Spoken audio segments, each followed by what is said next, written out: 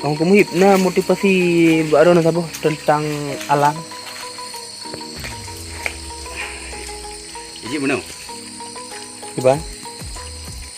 Pegah. Punya haba-haba urung haja mung pegah kan. Danyo budget tabut atra yang hana mutuli. Budget baca atra yang hana mubari. Keban arti budget tabut atra yang hana mutuli. Atra yang hana mutuli itu yang budget ke sebuah liming. Contoh. Bukan contoh baru. Nyo mungkin sang hotel tabut nyo 2 kilo. 3 kilo kan. Tetapi kan ada 3 kilo nyo menyata buat 3 minit hana seberapa. Mantang tabut. Akan tetapi ada 3 kilo nyo menyati jam tabut jarotannya kaku. Pasti akan merasa kesakitan. Nyan putra ada cok itibar. Pernah ada cok ke sebagai motivasi bagi tanya menangkeh permasalahan yang tak pendam di dalam ule. Mungkin kadang tabuh-tabuh masalah menyerta pendam dalam ule katanya menyatiat tak pendam masalahnya tang nyan hana seberapa.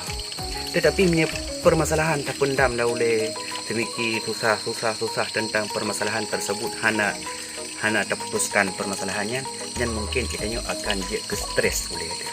Kan ada masalah hubut cik Menan. Walau masalah hubut menyetrip tak pendam tetap bermasalah ule dia. Malah menyorang ka sering bermasalahan kiban orang yang kagak pendam permasalahan di dalam ule ke nyo akan membawa kepada bahaya tubuhnya. Mungkin kadang akan je ke tabuh penyakit begitu. Mang solusi ji kiban jarai.